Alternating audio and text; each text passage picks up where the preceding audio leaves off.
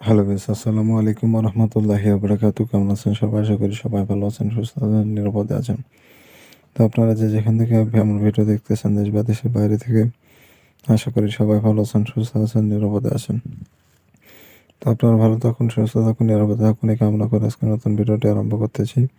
তো আজকে যে বিষয় নিয়ে আলোচনা করবে সেটা হচ্ছে শত্রু মারা যাবে মরণবান, তবে শত্রু ব্রেন স্ট্রোক করে মারা যাবে।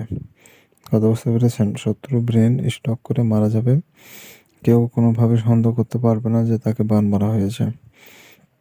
কেউ আপনাকে সন্দেহ করবে না, কেউ বুঝতেও পারবে না যে তাকে বান মারা হয়েছে।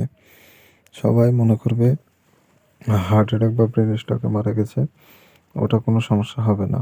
আপনি অনেকে মনে করেন যে বানটা প্রয়োগ করলাম, দোষ আমার ঘাড়ে আসতেছে কি না, এরকম আপনারা সন্দেহ পোষণ করে থাকেন। তো এরকম সন্দেহের কোনো কিছু নেই, আপনারা এই কাজটা করেন। খুবই নিরাপদ একটি কাজ। আপনার কাজ প্রয়োগ করলেই বুঝতে পারবেন কাজের ক্ষমতা কতটুক। তো অনেক ভাই ও বোন বন্ধুরা আছেন যারা দেশ বা দেশের বাইরে আছেন, শত্রু জ্বালা অতিষ্ঠ হয়ে গেছেন। শত্রু আপনাকে বিভিন্নভাবে অপমান অপদস্থ করতেছে, জ্বালাতন করতেছে। শত্রুর সাথে কোনোভাবে পেরে উঠতে পারছেন না। টাকা পয়সা, ক্ষমতা, বল কোন দিক দিয়ে পেরে উঠতে পারছেন না। দেওয়ালে পিঠ হয়ে গেছে। এমন অবস্থায় মরণ বাণ ছাড়া আর কোনো উপায় থাকে না। তো এই বাণটা প্রয়োগ করতে পারেন। সে ব্রেন স্ট্রোক করে মারা যাবে। সে কাছে থাক, দূরে থাক, পৃথিবীর শেষ প্রান্তে থাক, সেটা দেখার বিষয় নয়। আপনি সঠিকভাবে কাজ করবেন, আপনার কাজ হয়ে যাবে। আর ভুলভ্রান্তি যখন করবেন তখন কিন্তু কাজ হবে না। এগুলো কিন্তু কুফরি কাজ। একটু যদি 19-20 বা ভুলভ্রান্তি করে ফেলেন, কাজ তো হবে না, উল্টা আপনার ক্ষতি হওয়ার সম্ভাবনা থেকে যায়। অতএব পুরো ভিডিও দেখবেন, জানবেন, বুঝবেন, নিয়ম শুনবেন। দরকার হলে 4-5 বার ভিডিও দেখবেন। নিয়মগুলো মুখস্থ ঠোঁটস্থ করে তারপরে কাজে নামবেন। আট কাঠ বেঁধে কাজে নামতে হবে। আপনাকে মনে করেন হুট করে একটা কাজ করলেন, হবে না ভাই।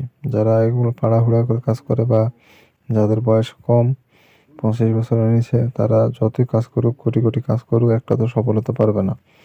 আর যদি আপনি অভিজ্ঞ ব্যক্তি হয়ে থাকেন, কাজ 100% হবে, এটা সমস্যা নাই। তো যাই হোক, আর বেশি কথা বলবো না। আপনারা যদি আমার চ্যানেলে নতুন এসে থাকেন, অবশ্যই আমার চ্যানেলটি সাবস্ক্রাইব করে রাখবেন এবং পাশে থাকা বেল আইকনে ক্লিক দিয়ে অল নোটিফিকেশন অন করবেন। এতে করে পরবর্তী সব নতুন নতুন ভিডিওগুলো দেখতে পারবেন সবার আগে। তো বন্ধুগণ, যেটা বলছিলাম যে এই বানটা সব বয়সী মানুষের মতো প্রয়োগ করতে পারবেন। ছেলে মেয়ের উপর প্রয়োগ করতে পারবেন, যে কোনো মানুষের উপর প্রয়োগ করতে পারবেন। তো এই বানটি প্রয়োগ করতে গেলে যেটা করতে হবে, সর্বপ্রথম একটা সাদা কাগজ নেবেন। সেই সাদা কাগজের উপরে লাল কালি দিয়ে আপনাকে নকশাটা লিখতে হবে। স্কেল দিয়ে ঘর সাজাবেন, 3টা ঘর মোট লম্বাতে। এই 3টা ঘর সাজাবেন। সাজানোর পর আরবি হরফ যেগুলো দেওয়া আছে, এগুলো হুবহু আপনাকে লিখে ফেলতে হবে। তো যে কাগজের উপর লিখবেন, কাগজটা যেন পাক পবিত্র হয়, কোনো নোংরা আবর্জনা যেন কাগজে না ভরে থাকে, বিষয়টা আপনাকে দেখতে হবে, লক্ষ্য রাখতে হবে। এবং আপনি যখন নকশা লিখবেন, কারোর আশেপাশে কেউ যেন না থাকে, নিরিবিলি জায়গায় বসে কাজ করবেন এবং কারোর সাথে কথাবার্তা বলবেন না। কারোর সাথে কোনো রকম কথাবার্তা বলবেন না। নিরিবিলি জায়গায় বসে, একাকী বসে সম্পূর্ণ নকশা লিখে ফেলবেন। তা বন্ধুগণ, নিজে পাক পবিত্র থাকবেন। যে জায়গা বসে নকশা লিখবেন, জায়গাটা যেন পাক পবিত্র থাকে, বিষয়টা লক্ষ্য রাখবেন।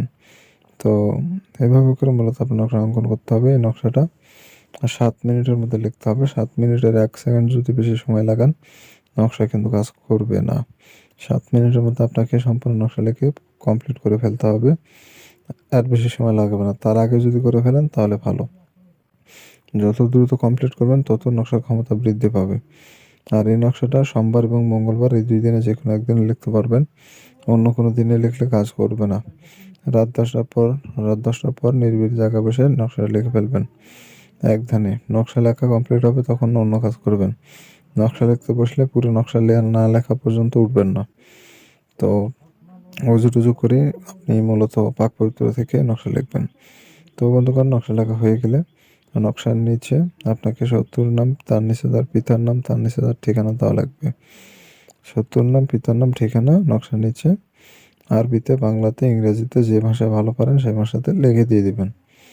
তো আপনার এইটুকুতে আপনার পরিপূর্ণ কাজ কমপ্লিট।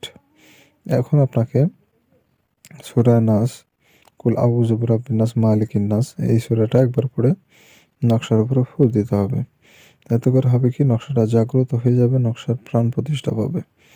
নকশাটা পুরোপুরি জাগ্রত হয়ে যাবে। এখন এই নকশা কাজ করার জন্য উপযোগী। এখন আপনি এই নকশাটা আগুনে পোড়ায় ফেলবেন। আগুনে পুড়ে ছাই বানিয়ে দিবেন, আর কিছু করা লাগবে না। আর সাথে সাথে মনে করেন 5 থেকে 6 ঘন্টার মধ্যে রেজাল্ট পেয়ে যাবেন। ভালো থাকবেন সবাই।